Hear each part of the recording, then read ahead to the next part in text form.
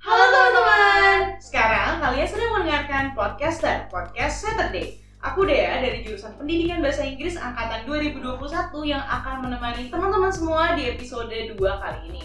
Nah, hari ini aku gak sendiri nih, ada partner aku yang seru-seru banget. Silakan. Halo teman-teman, perkenalin nama aku Cica dari Bimbingan dan Konseling Angkatan 2022. Oke, Cak, boleh langsung kenalin ya nih, kira-kira hari ini narasumber kita yang akan ngobrol sama kita seru-seruan hari ini itu siapa, Cak? Oke, di depan aku nih udah ada kakak yang sangat istimewa banget nih. Nah, di sini ada Kak Katarina. Mungkin Kak Katarina boleh memperkenalkan diri dulu nih ke teman-teman semua. Hai semuanya, selamat apa nih? Selamat pagi, siang, sore, malam. Di hari Sabtu yang cerah ini ya, gitu. Kenalin, aku Katarina Aprilia Sharon atau biasa sebenarnya dipanggilnya Cathy. Waktu kuliah dipanggilnya Cathy. Aku dulu mahasiswa lulusan tahun 2020 PGSD. Jadi angkatan 2016 lulusan 2020. Tuh, sekarang bekerja sebagai guru di salah satu sekolah di daerah Jakarta Timur. Oke, berarti ini kakak tingkat kita Iya, ya? betul. Aduh. Itu yang angkatan berapa kalian berdua? Aku 21. Aku 22. Kita masih kecil banget ya? Iya. Nggak ketemu loh gitu. Iya, betul. Masih kecanda. Aduh, makanya. Oke, sekarang kita langsung lanjut aja nih, kita mau cari tahu tentang Kak Katarina yang pasti teman-teman semua udah penasaran banget. Aku mau nanya nih Kak, awal mulanya Kakak kan jurusan BK ya? PGSD. Oh, PGSD, aku Iya. salah loh. Iya. PGSD. PGSD.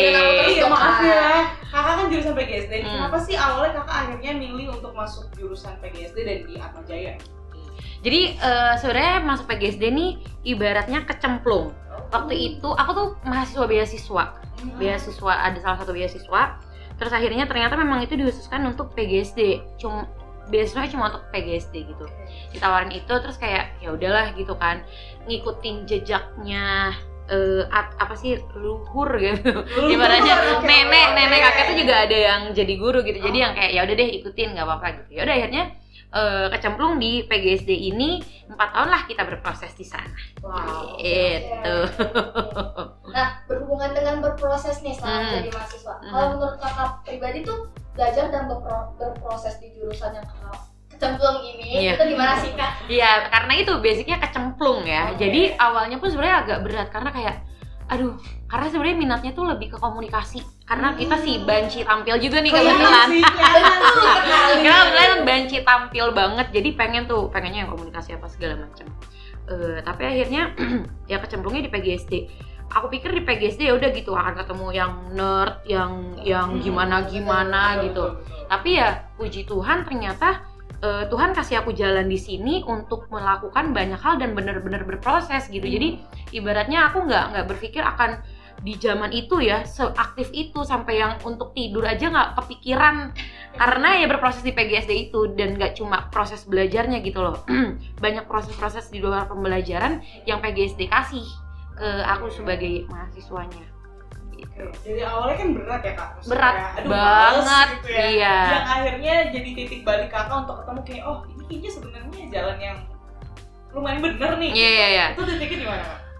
Titiknya adalah ketika aku observasi pertama di semester berapa ya? Pokoknya aku ada observasi di satu sekolah, terus kayak ngeliat gimana cara guru-guru itu ngajar dan ngeliat gimana mereka berproses, maksudnya untuk menghadapi anak-anak SD yang macem-macem banget tuh backgroundnya. Stres ya? Iya gitu, tapi kok kayaknya merasa dicintainya tuh lebih gitu. Jadi guru SD anak-anak kecil itu kan innocent ya, mereka tuh yang kayak polos aja gitu. Jadi kalau sayang ya sayang, kalau sebel-sebel itu ngerasa, ih kok kayak seru ya jadi guru yang disayang dan dicintai sama murid-muridnya. Jadi situ ya kayak ya udahlah yuk gas jalanin terus. Wih, mantap. Kesempatan dalam kesempitan. Betul. Betul. Kamu lanjut lagi dong. Aku tadi pertanyaan colongan. Gabut ya. Nah, kan kakak udah kayak ngerasanya berarti kecemplung kayak istilahnya salah jurusan gini kan Kak. Nah, itu kakak merasa kayak ada beban gitu nggak sih? Beban apa yang paling kakak rasain dari ngerasain salah jurusan ini? Oke, ya. Sebenarnya bukan kesalah jurusan sih, memang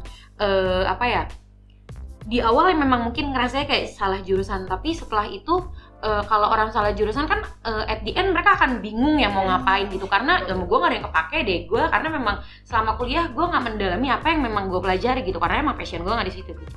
Tapi kalau aku sendiri ngerasanya yang ketika sudah ada di dalam situ, ngerasainnya ya nikmatin dan jalanin aja gitu. Gitu, jadi yang kayak udahlah memang mungkin ini jalannya. Takdir Tuhannya begitu. Dan ternyata tuh aku kan jurusan pendidikan juga. Aku kan ngerasa banyak hal yang orang kira tuh kita cuma jadi guru doang. Iya. Ternyata kan banyak banget ya. Banyak belajar. banget. Apa aja sih Kak yang Kakak pelajari?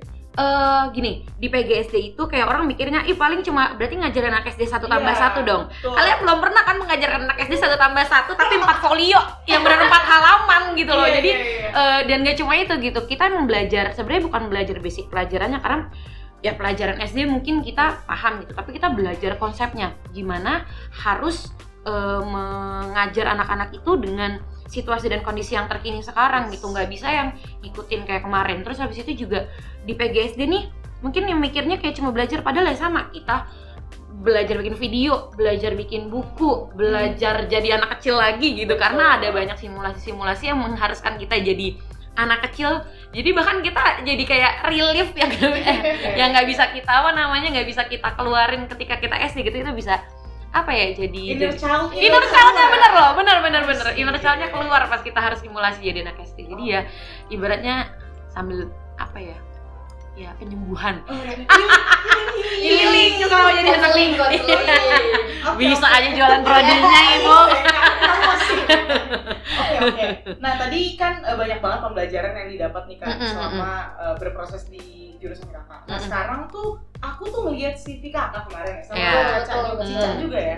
Ini tuh banyak banget, jadi kayak korbit gitu, terus ketua seminar, terus korbit lagi, jadi staff lagi, sekretaris dan segala macamnya. Sedangkan aku yang semester 4 aja mau masuk semester 4 tuh udah mau gila gitu, walaupun tanpa organisasi ini. Gimana sih cara Kakak ngatur waktu gitu untuk bisa akhirnya tetap secara akademis tetap aman, tapi organisasi juga jalan. Nah, ini emang struggle banget nih pas kuliah, karena selama kuliah itu aku kuliah sebagai mahasiswa, aku jadi panitia dan ikut BEM juga dulu. Terus habis itu aku kerja. Jadi bener-bener napas ya.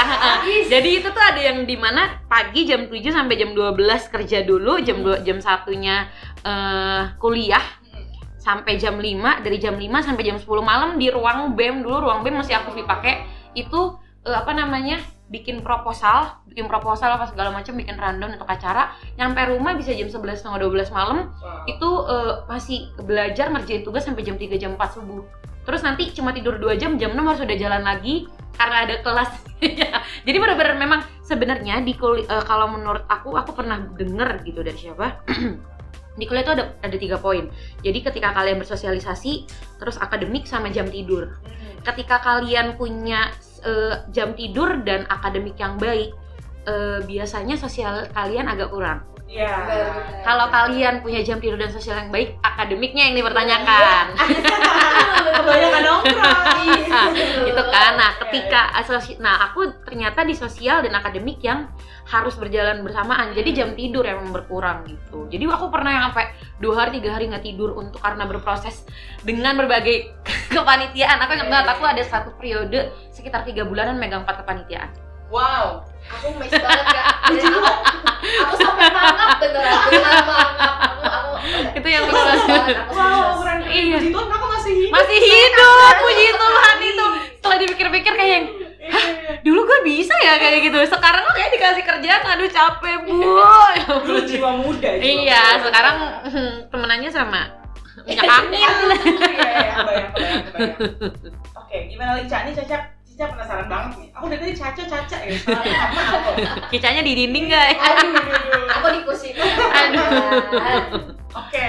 Nah, menurut kan berdasarkan cerita kakak tadi, kakak udah jarang tidur, banyak tugasnya, banyak tanggung jawabnya gitu. Terus aku pengen nanya nih Kak, apakah ada hal yang paling membekas di diri kakak gitu sampai saat ini? Kayak setelah udah selesai belajar, sudah selesai berproses dari organisasi kakak sampai jurusan kakak, itu apa sih? Yang paling bekas adalah ketika kita berdinamika sama orang-orang sekitar gitu. Karena ya itu, karena aku banyak ketemu orang, aku banyak berproses sama orang. Jadi banyak hal yang aku temuin. Jadi tahu kalau ternyata nggak semua orang bisa sepaham sama kita ya gitu.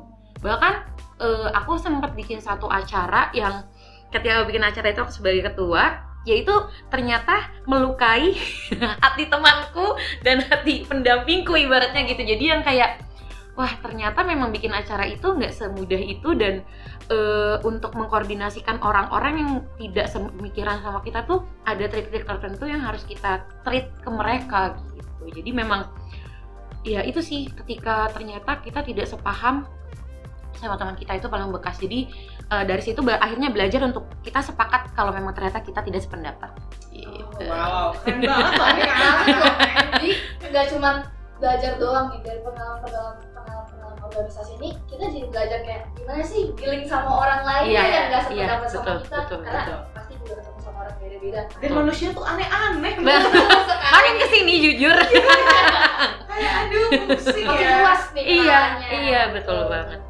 Oke, nah tadi kita tuh dapat informasi nih Kak, kalau misalnya Kak Katarina ini sekarang berprofesi sebagai guru SD di Strada di Pamarga Klender. Betul banget. Aku mau nanya, walaupun sebenarnya jurusan kakak memang wajar ya kita kerja di sekolah. Iya. Tapi kenapa sih akhirnya ada di sekolah ini? Kecemplungnya tuh gimana? Kecemplung kedua kali gitu. Boleh ceritain nggak Kak?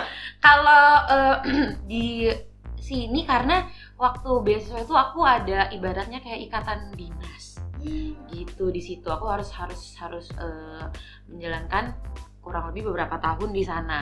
Tapi ya memang apa ya, sekolah ini juga salah satu sekolah yang banyak dicari sih sebenarnya oleh lulusan Atma gitu. Ini sekolah apalagi perkumpulan Strada itu sendiri ya.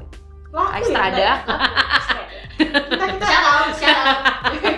Gitu. Jadi memang akhirnya dapatnya dari situ emang ditaruh, karena kan memang kalau di Strada dia tipe yang dari pusat yang taruh kita di mana.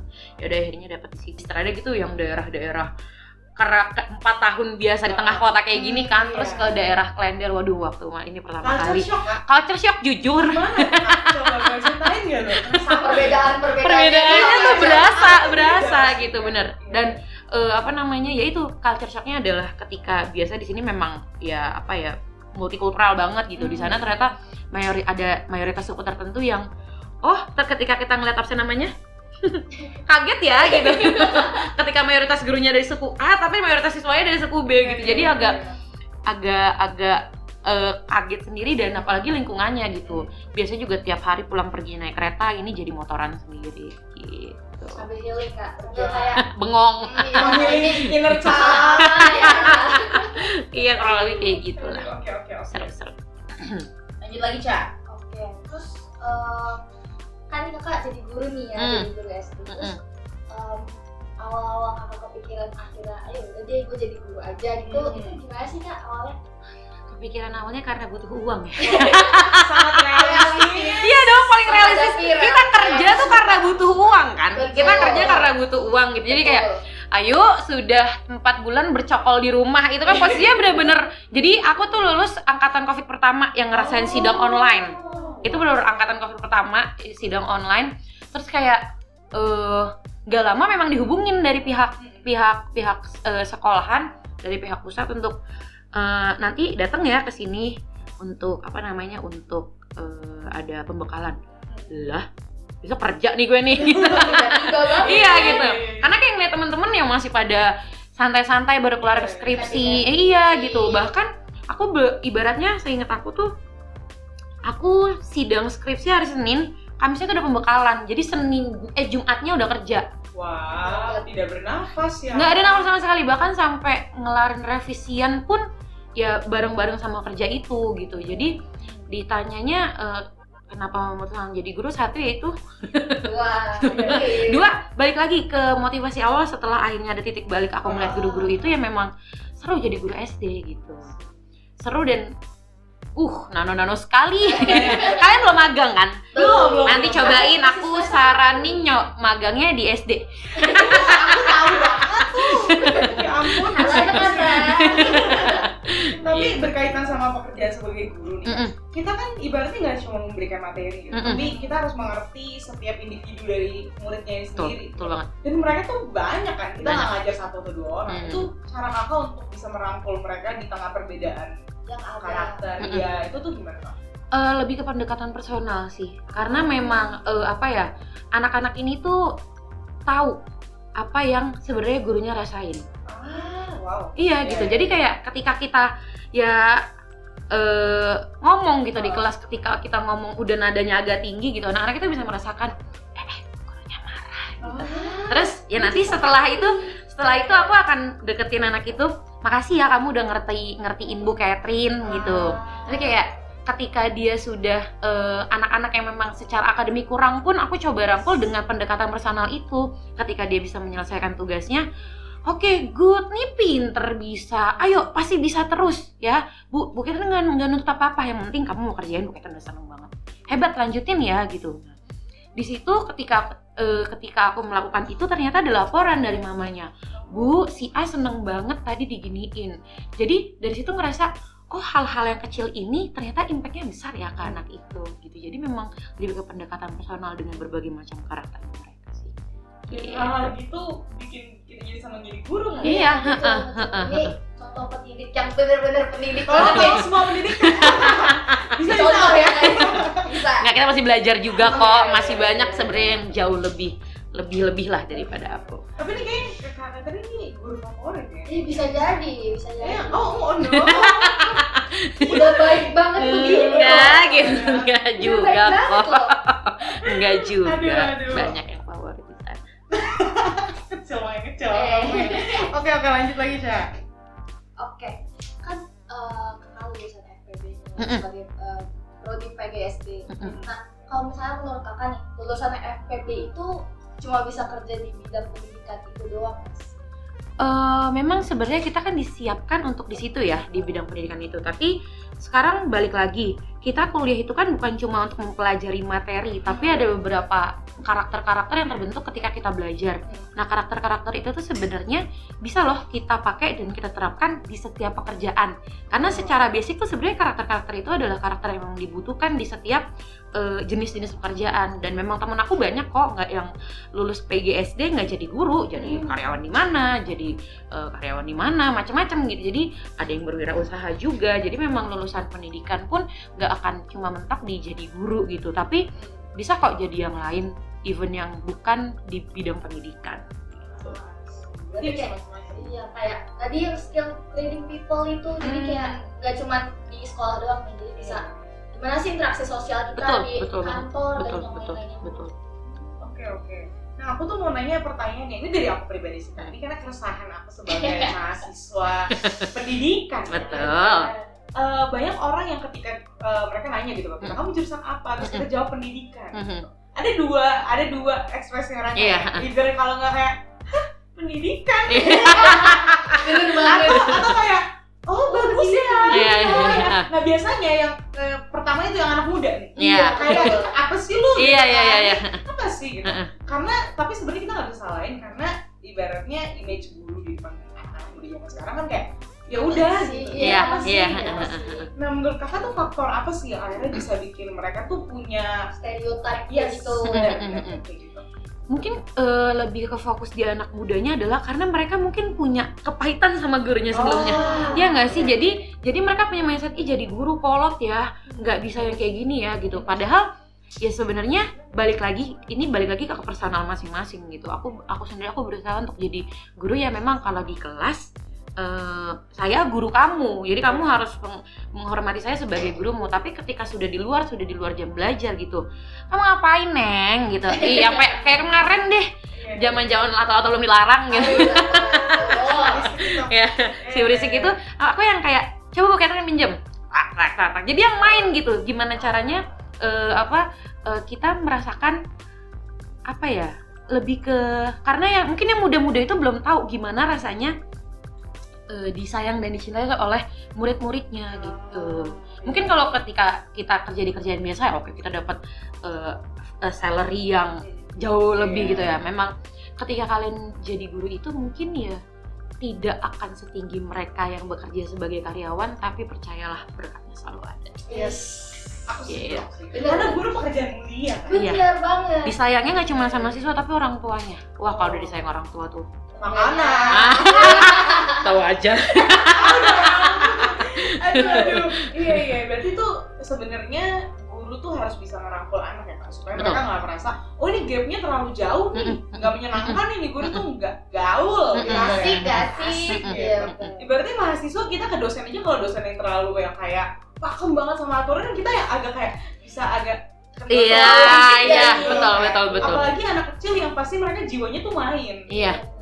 Jadi mungkin itu ya teman-teman yang menjadi guru nih, untuk kita juga ya Ca sebenarnya. Iya betul sekali. Untuk bisa ibaratnya kita harus taruh kita tuh di sepatunya mereka gitu. Iya, betul banget. Makanya tadi Kak Catherine juga bilang kalau misalnya kita jadi bisa ngerasain nih gimana sih jadi anak kecil lagi kayak gitu. Kayaknya inner child kita butuh juga. Bagus bener. Ayo masuk konseling untuk menyembuhkan dengan kamu ya. Pendidikan bahasa Inggris. PGSD. Semua. Katolik jangan lupa di-mention. Oh iya. Benar, pasti ada menikah. Untuk orang-orang suci. Kita nggak suci ya. Ayo dikatanya please. Oke, Ca, ada pertanyaan lain nggak sebelum akhirnya kita nih menuju ke akhir podcast kita yang sangat menyenangkan ini? Ada aku sedih nih. Ada. Kalau Kak Catherine ini punya pesan-pesan atau nggak pesan deh buat kita sebagai mahasiswa yang masih belajar untuk menjadi calon pendidik ataupun nanti kita mengambil karir lainnya gitu. Manfaatin masa kuliah kalian, karena kalian gak bisa ngulang itu. Even nanti akan S2 itu masanya udah beda banget. Bersyukur banget nih kalian yang kuliah di usia-usia kayak gini, karena ini usia-usia produktif. Usia-usia kalian bisa bernegosiasi dengan perbedaan-perbedaan. Usia-usia kalian bisa berdinamika dengan orang-orang yang sebelumnya belum kalian temui gitu. Dan percayalah, ilmu yang kalian lakukan, ilmu yang kalian pelajari tidak hanya di dalam kelas tapi di luar kelas itu akan sangat kepake ketika kuliah. Aku akuin, aku bisa kayak gini, aku bisa tahan, aku bisa sekuat ini ibaratnya dengan setiap pekerjaan dan tempaan-tempaan di tempat kerja itu ya karena aku berorganisasi dan berinteraksi dengan orang-orang selama kuliah. Aku berdinamika, walaupun dinamika nggak semuanya mulus ya, dengan segala gerenjelan-gerenjelan itu, dengan nggak tidur, dengan dimarahin dosen-dosen itu, ya akhirnya aku jadi pribadi yang seperti sekarang, tahu bagaimana harus berperilaku dan tahu bagaimana harus menempatkan diri. Jadi manfaatin deh ya teman-teman nih kuliahnya, manfaatin walaupun online, tapi kayaknya tetap ada kan event-event, tetap butuh kepanitiaan. Manfaatin dengan baik dan benar-benar dikerjain dengan baik. Ya, biasa. Betul. Nah ini sebenarnya pesan juga nih untuk kita yang masih kita meminta pesan dari Kak Catherine juga untuk kita yang masih berproses ya. Banyak mungkin yang ngerasa kayak sebenarnya itu kita nggak salah jurusan kan, tapi kita lagi struggling aja di jurusan itu. Betul. Tapi kadang otak kita menyuruh kita kayak kamu salah jurusan, kamu keluar sekarang. Udah semester 5. Nah itu kira-kira kakak kan pasti ada di fase itu nggak sih Kak kira-kira? Struggling ada lah pasti. Untuk kepikiran kayak aduh kayaknya salah jurusan atau kayak susah banget nih gitu. Tapi kalau pindah enggak ya, karena mahal. duit. Tapi ya itu dibilang struggling karena kan mungkin strugglingnya karena ngelihat kanan kirinya kok kayaknya lebih seru ya. Nah kadang kita tuh ngelihat rumput tetangga lebih hijau padahal kita nggak tahu dalamnya mereka susah payah juga kayak apa. Itu rumput sintetis. Bisa jadi awet. Tapi pesannya apa kalau untuk kita yang masih struggling? Pesan untuk yang masih struggling sebenarnya adalah coba rehat ya, coba istirahat dulu. Yang penting jangan coba-coba untuk mengatakan cukup gitu. Udah nggak kuat. Istirahat dulu. Kadang-kadang kita mikir yang udahlah cabut aja, udahlah ngerasa salah jurusan ya karena memang itu karena capek aja, kita nggak bisa mikir jernih. Kita kadang-kadang ngelihat capeknya di titik ini padahal sebelumnya kita nggak ngelihat ada loh part-part senengnya. Jadi coba istirahat dulu, tenangin, tidur jangan lupa 6 jam sehari. Betul. Mungkin kalau kayak Kak Catherine 2 jam gak apa-apa. Kalau bisa aku sih enggak. Tepan aku nggak bisa nih. Oke, Ca, kita udah dapat banyak banget nih insight, terus kayak pesan-pesan dari Kak Catherine, pengalaman yang untuk kita berdua aja nih ya Ca, pasti sangat membantu kita untuk kehidupan perkuliahan ya. Oke, tapi sebelum aku tuh penasaran satu lagi nih, kakak kan udah lulus nih. Aku mau minta kisi-kisinya dong kira-kira untuk mempermudah hidup kita. Sebagai mahasiswa itu apa sih kayak ini harusnya tuh gini, udah gampang gitu kan. Tips and trick. Biar hidupnya mudah ya. Iya. Gunakan segala sesuatunya dengan logika. Tapi bener loh, dulu tuh aku apa-apa hati, apa-apa tersinggung, apa-apa kayak, gimana sih kok kayak gini, kan harusnya kayak gini. Tapi ternyata ketika semuanya dipakai logika, nih coba lu gini.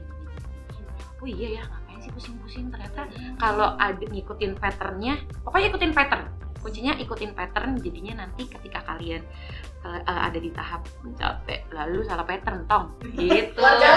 Iya makanya gitu, ikutin patternnya. Yang penting kuliah masuk, perkara di dalam kelas mau ngapain. Iya. Oke. Berarti ibaratnya kayak ya let it flow, terus jangan lupa kapan istirahat. Iya, benar. Di rushing mulu kalau kita udah capek nggak akan maksimal juga. Betul banget. Belajar mendelegasikan sih sebenarnya. Gitu. Oke. Nih ilmu juga nih, aduh. Bro, gini ini ilmu juga buat temen-temen di organisasi. Kalau kita ibaratnya ketua atau apapun bukan berarti semua harus kita ngelakuin. Betul banget. Belajar mendelegasikan. Kamu nggak kritik kan kita? Oke. Sekarang kita konklusi. Oke, jadi kayak kita udah belajar banget nih, udah dari pertama gimana sih pengalaman Kak Catherine ini udah masuk kecemplung di PGSD, terus gimana Kak Catherine memanfaatkan pengalaman kecemplung ini untuk menjadi seseorang yang lebih optimal lagi, untuk menjadi seseorang yang lebih maksimal dari diri sebelumnya. Terus gimana sih cara Kak Catherine biar bisa treat with people, dealing with people, segala macam karakter gitu-gitu. Jadi itu aku setuju, dan banyak banget insight yang kita dapetin dari Kak Catherine yang kalau teman-teman semua dengerin pasti ini menurutku sih membantu banget ya kehidupan perkuliahan kita, karena kadang kita we have no idea apa yang ada di depan kita gitu. Jadi kita juga bingung trik apa sih yang harus kita lakuin. Tapi semoga ya dengan teman-teman dengerin podcast ini dan seluruh series podcast yang akan berjalan ke depan ini, teman-teman bisa ngedapetin banyak-banyak nilai yang bisa teman-teman terapin di kuliah nanti gitu. Oke Kak Catherine, terima kasih banyak ceritanya, happy banget bisa cerita-cerita sama kakak tingkat kita ya. Kita beda prodi nggak apa-apa, tapi kita satu fakultas. Iya, FPB. Wah, FPB masuk semua aja ya, please. Iya, yuk bisa yuk. Nggak, we're not begging, masuk aja. Tapi apa aja sih banyak dicari ya. Iya, betul. Oke. Terima kasih banyak Kak Catherine, terima kasih banyak Cica. Terima kasih. Yes, dan teman-teman semua jangan lupa untuk subscribe, like, share dan juga komen di channel YouTube ini ya. Nanti ada nama channel YouTube di bawah ini. Editor. PR editornya, padahal nggak ada. Oke, see you teman-teman di next episode. Aku Dea, Aku Cica. kita pamit, dan Kak Catherine juga. Bye, see you.